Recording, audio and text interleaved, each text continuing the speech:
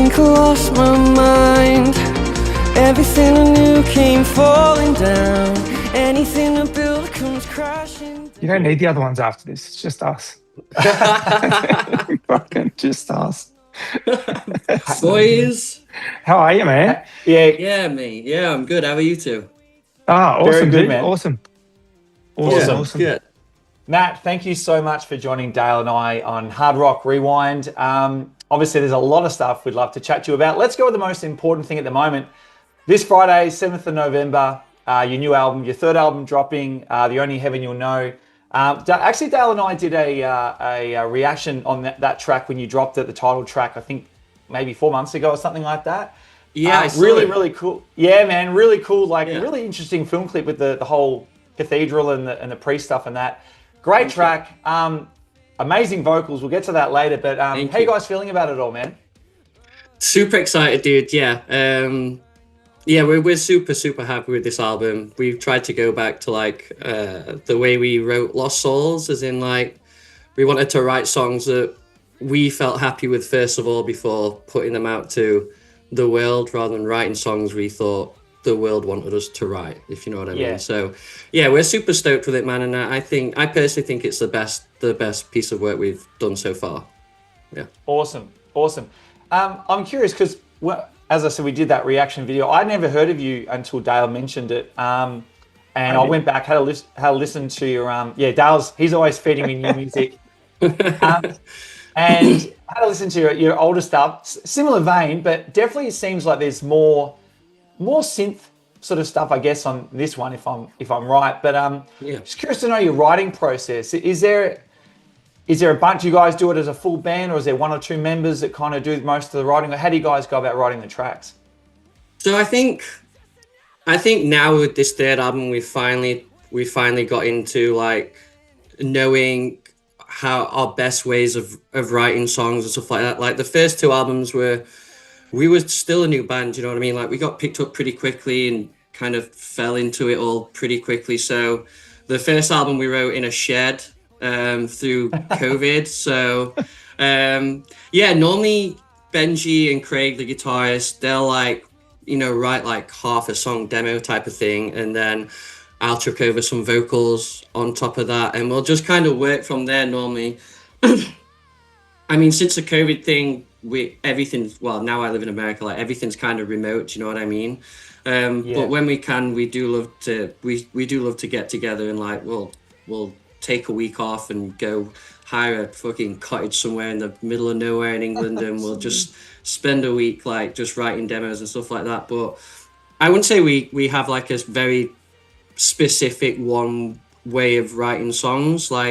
Sometimes, like I said, they'll do a bit of a demo and chuck it to me, and it'll just go to and forth, or we'll sit down together and we'll just write completely from scratch. But yeah, I think this time around we went into the studio with probably 10 full demos and then another 10 half songs, and yeah, we just kind of worked from there really. And we worked with Zach and KJ, and a few of the songs we didn't really fuck about with that much, and some of the songs we took bits from there and put in that song, and do you know what I mean? Awesome. So obviously Troy mentioned that the album's out in 3 days. So it's a massive milestone, third album. But in the current musical climate, and it seems to be an oversaturated market, there's just so much content out there, so many options out there. So what do you think it is about this, your third album, that's really going to cut through and resonate with listeners, as opposed to perhaps something else that might be out there?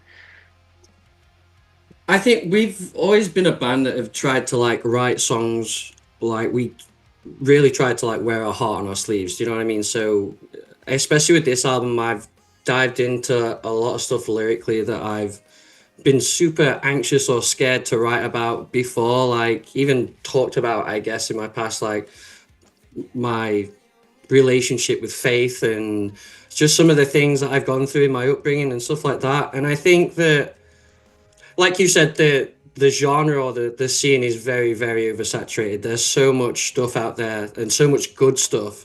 But me personally, I think there's not that many bands that are willing to really, really open themselves up and show who they are, not just, you know, I've had this fucking bad life and this bad shit's happened to me, but I've also, like, with this album, wrote some songs about my own self-criticisms and stuff that, you know, people that I've wronged in my life, because, you know, we've all been there, do you know what I mean? So I don't really, I never try to expect for us to, I don't know what the right term is, but I'm not one of them people that I want us to blow up as a band and be the biggest fucking band in the world. And because of that, I just want people to see and hear what we're trying to do as a band and what our music is trying to divulge. And I want people to be able to relate to that and see themselves in that. And I want that to help them. Do you know what I mean? Because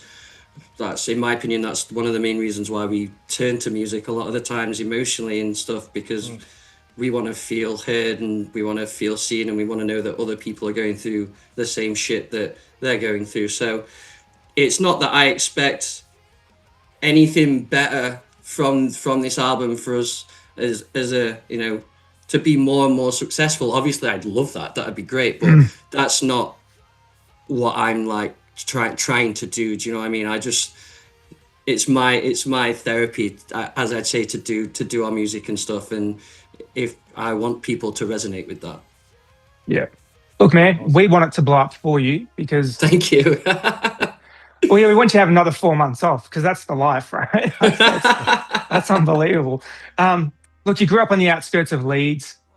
Did you ever think that this could and would someday be what it is, like be your life, like writing, recording, touring, and actually being able to sustain a living off it? Like, what is no? Like, what is it like? Like, what would young you think of you right now? I'd have the young me would have the biggest grin on his face, dude. Like the biggest. Yeah. Yeah, obviously, I'm from a little town called Worksop, which is it's closer to Sheffield than it is to Leeds, really, but right. It's the same vein. I obviously always had the dream since I was 12, 13 that I wanted to be in a band and I wanted to do it professionally and this and that. And obviously shit in life happens, do you know what I mean? And I went to college to do music, I went to university to do music, and then it just kind of fizzled out. And I didn't do anything with music until I was, not properly anyway, until I was like 27, do you know what I mean? And that was joining this band. So I kind of gave up on the dream, if I'm going to be honest. And I never once I got into this band and I realized like how fucking serious and how like clocked on that like my bandmates are and really wanted this to succeed. They didn't just want it to be, we'll just play the local scene and just see where it goes. Like I'm just a singer, do you know what I mean? Like I don't have a fucking business brain. Like I don't know how to do any of that. So when I got into this band and they were like, right, this is the plan, we're going to do this, we're going to write this, we're going to spend a year writing this EP, and then we're going to put it out to management and then look for labels and this and that. I sat back and I was like, holy fucking shit, like this, I was like, felt like it was a godsend, you know what I mean? I kind of dropped onto it, and I'm very, very, very, very, very lucky to have come from where I'm from. Like there's not much there, do you know what I mean? It's an old miners town, do you know what I mean? Working in factories and stuff. So I kind of fell into the mentality that I would always just be living that kind of life. So yeah, 7, 8 years on to be where I am, 3 albums in now, like I'm super fortunate, I'm super lucky. And I always make sure to take a step back and kind of look at the journey that we've been on, and I guess we must be doing something right at the fact that we're still here doing it, do you know what I mean? So yeah, dude, I'm super grateful, and yeah, young me would be he'd be like, no fucking way, dude. Like, no way, man, no way. So sure. Dude, on that, I mean, if you look back at the timeline, I mean, as you said, you joined the band, because 3 albums from, I think your first album. So when did your first album come out? Sorry. 2019, if I'm. Yeah. So yeah. Even still, man, dropping 3 albums, if that's the first one, and it sounded I'm just going from what you the way you're describing it, seems like you really weren't. You might have been in the band for a little bit before you got signed, but it seemed like it just happened quick, man. So even 3 albums deep, even into this your career now is amazing. So I mean, did you guys do the slog out before you got signed? Were you playing for years and years around the trap? How did that actually happen? Because it seems, looking at your timeline, man, it just seems like bang, you know what I mean? Overnight, then you got albums. Yeah. So when I was younger, I always did acoustic music. That was is kind of like one of my main loves. Do you know what I mean? And then I got into a band called Silhouettes, and that for a few years we just did little shows and stuff like that. Fizzled out. Well, that's how I met Benji and our old bass player Chris. They came to see one of my shows, and we kept in touch for a few years.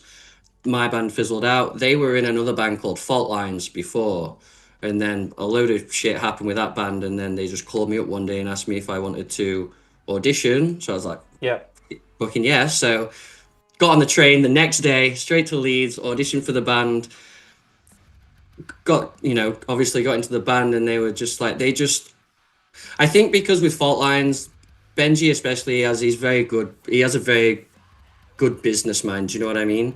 And he knew that also it was probably because none of us are getting any younger, especially in the music world, do you know what I mean? To be a band starting off, we knew that it was probably our last opportunity to try and make a real good professional go of it, do you know what I mean? So we was like, right, we're just gonna take the year now, write as many songs as we can write, try and write the best EP we can write. And within that writing process, we got in touch with Connor, who is still our manager. And it just went from there, dude. I mean, I think only our 4th show ever, we ended up playing this industry show down in London. Only 20 people there. Not gonna lie, fucking tanked it. We were not ready. we were not ready for that. But we just carried on. Do you know what I mean? We started playing the smaller shows and built our way up. Got onto support slots. We like Crystal Lake and Hands Like Houses and stuff like that. And I think the momentum just grew pretty quickly. And then we got the deal with Sharp Tone, and then COVID hit, and then that kind of stalled everything for a little bit. Do you know what I mean? But we had the mentality of once we got signed to Sharp Tone and all that, we thought, right, well, there's no looking back now. Do you know what I mean? We might as well go for it. So we've just been keeping our heads down and just working hard, dude.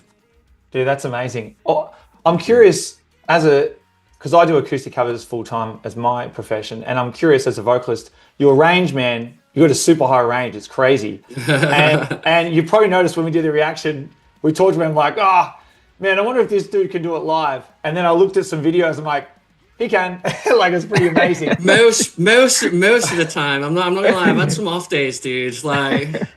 I'm curious, as a singer, man, did you have lessons? Is that just your natural? Did you really have to work to get that voice and your screams, or is that just something that just kind of naturally came? I've never really had any lessons. I don't know, I never tried to sing the way that I sing now with the band until I got into my old band Silhouettes, and I couldn't tell you now. I was probably awful at it back then, but perfect practice makes perfect. So I took a few lessons from this awesome music teacher, and he just taught me not how to sing, but the better ways to breathe. And I wasn't standing right when I was breathing. I was head forward a bit, so all the air was stopping there. And early on in the Caskets shows, I was blowing my voice out a lot because I was just doing these little things not right that were making me push too hard. Do you know what I mean? But dude, it's not. I sometimes kick myself in the foot, dude, writing songs that are that high because they're not easy. Do you know what I mean? I have to make sure I do a lot of warm ups before shows and stuff. And even then, I used to go online on YouTube and you get such different advice. You'd have some singers being you shouldn't be warming up at all. You should be using your first song as the easiest song in the set to warm up, and then gradually, and other ones are you need a 40-minute warm up before your set. I've just slowly been trying to learn what's good for me because it's different for every singer. Do you know what I mean? Totally. Yeah. Awesome, man. Awesome. Speaking of live, man, was it late Feb? You're back in Australia with We Came as Romans. So How did that come about? And are you super pumped to be back down under with us? Yes, dude, I am. We've done Australia once before, and I fucking loved it. It was so sick. I'm not gonna lie, the drives sucked ass. Yeah. But yeah, the drive sucked, but it's totally worth it. Like you guys go hard. Like you like your like post-hardcore metal music, and we were fortunate if our first tour was our headline tour, and we sold out a lot of the shows, which was fucking crazy. Like, Awesome. And it was sick. But yeah, we've toured with the band before in Europe, so we kind of know a little bit about each other. Do you know what I mean? But I personally, I'm not sure how the offer come about. Like, I just got up one morning and the offer was there, and I was just like, well, yeah, we're gonna take that definitely. And then obviously we got the offer to play with Polaris as well at the Life's a Beach at the end of that tour, which is awesome for me because I've been listening to Polaris like since before this band even started. So yeah, I'm super stoked for it, man. Amazing. I can't wait. It almost feel like, I don't want to say a second home, but the similarities between Australia and the UK. I mean, obviously they're there. There are parallels. Is it easier coming to a country that you have, I would say, a lot more in common with, how you grew up, the language, some of the food that we eat, fish and chips, all that kind of stuff. Like, is it easier? Is it easier coming to a place like that than perhaps going somewhere where you really may feel like a fish out of water? I'd say so, definitely. Especially me, like I'm a pretty anxious person. Do you know what I mean? So when I'm going somewhere I've never been before, I can sometimes get pretty worked up in my head about. I never think about the positives that could happen. I always think about the negatives. You know what I mean? Like I'm not going to understand a fucking word anyone's going to say. What if I say something in jest and people are really like insulted by it? Or do you know what I mean? Random stuff like that. But yeah, when it was the same when I came over to Australia the first time, because I'd never been there. I didn't really know what to expect. But then once I got there, like after a day or so, I kind of felt the similarities between being there and being at home. For one thing, definitely, like your guys' humor is like just straight in line with ours. Do you know what I mean? Like, so there was no worry about me being my, self almost. Like, I didn't have to feel like I had to like hold my personality back or anything like that, which was super sick. But yeah, it was it. But then when I go to places where I don't know, like, especially when I go to Europe and stuff like that, like, you get told about things you should do and shouldn't do. And then when people say that to me, that's, like, stuck in my head and I, like, worry about it. Do you know what I mean? Yeah. Like, shit, I can't. And all you want to, obviously, because you're a guest in their country and stuff, all you want to do is, like, please people and make people happy. Do you know what I mean? So, yeah, it's definitely a worry. But I think now, after, like, 4 or 5 years of touring around the world, it's a lot easier for me now to be able to relax, and I have my own. I'm a sucker for being in a routine, so I have my routine every day. Do you know what I mean? So that kind of grounds me also. But yeah, sometimes definitely like it can be a stickler. We've got something that we're going to go on tour somewhere soon that's not been announced yet, but I can't say anything, but we've never been there before. So I'm back in that mentality now towards that place also, because I don't know the language, not very knowledgeable with the culture or anything like that. So I always try to do my homework before I go there. Man, you can say where it is, just exclusive on the Hard Rock Rewind. Just drop it now. No, I'll get fucking slaughtered. I can't do that. They'll kill me. I'll tell you after, though. Yeah. Oh, yeah, cool. Definitely. Appreciate it. Yeah. As you mentioned before, you guys are signed to Sharp Tone Records. I'm curious, like in this day and age, obviously there's a lot of bands now, and even on a quite a big level, that don't even need to be signed. They might just be hooked up with a booking agent, with the net and everything else. There's so much stuff you can do DIY now. I'm curious, you guys are signed. So I'm wondering, what do you find are the benefits? Obviously, you guys did the DIY thing for a little while as a band. What do you find the benefit of still getting a record deal in this day and age when you can do it all yourself? I'm just curious, what are still the benefits of potentially being signed to the label? I think there's quite a few, dude, to be honest. I still think the pros massively outweigh the cons of being on a label. For one, when we first signed to Sharptone, it opened up a whole avenue of possibilities that we didn't have before. One being it opened the doors to us getting cozy with other bands on the label. Do you know what I mean? Yeah. Like one of them, it also, they have all the contacts and stuff like that. So without being on Sharptone, I think we wouldn't have had the opportunity to have grown the way we've grown. I don't think we'd have been able to get onto Play Download and Slam Dunk. Do you know what I mean? Like it's building those connections, not just through bands that you become friends with, but mainly through the record label, you know, the agents and the the people that sort out the media and stuff like that. It's building a rapport with them that open up so many different avenues for you. But also they are, whether the deal is good or not for the artist, it still opens up a lot of avenues for making money. And if we'd have not signed to Sharptone, we wouldn't have had all that money to spend on writing the album and the other money to make these music videos and this and that. Granted, it all needs to be paid back, sometimes even more than what you borrowed. But that's just that's just the name of the game. Do you know what I mean? It is what it is. Granted, there are loads and loads and loads of possibilities to be a DIY band nowadays, but I think you need to get yourselves to a certain level and get a certain fan base behind you to then be able to succeed as a DIY band. Do you know what I mean? If you have no money whatsoever or anything like that, you can't write a good album with a good producer. You can't have these really good looking music videos and stuff because, do you know what I mean? That money is fronted by the label. So yeah, I think maybe in the near future, it might become even easier and more financially, bands may be more financially, like available to be able to do that. But I just think record labels are so ingrained in the industry now, and I still think they're needed more than ever, no matter what. There are a lot, people say a lot of bad things about labels, but at the end of the day, like, where would your band have been if you'd have not signed to that label in the first place? Interesting. Man, Sharptone have got Story of the Year. They're like one of my all-time favorite bands. So good choice with Sharptone. Thank you. Good choice.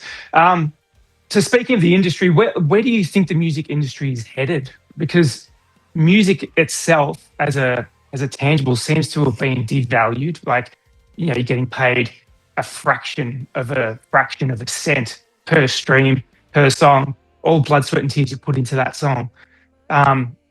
So, I mean, where do you see the music industry headed? Do you see streaming being the thing that carries music into the future, or do you think something new is going to come in, and what do you think that might be?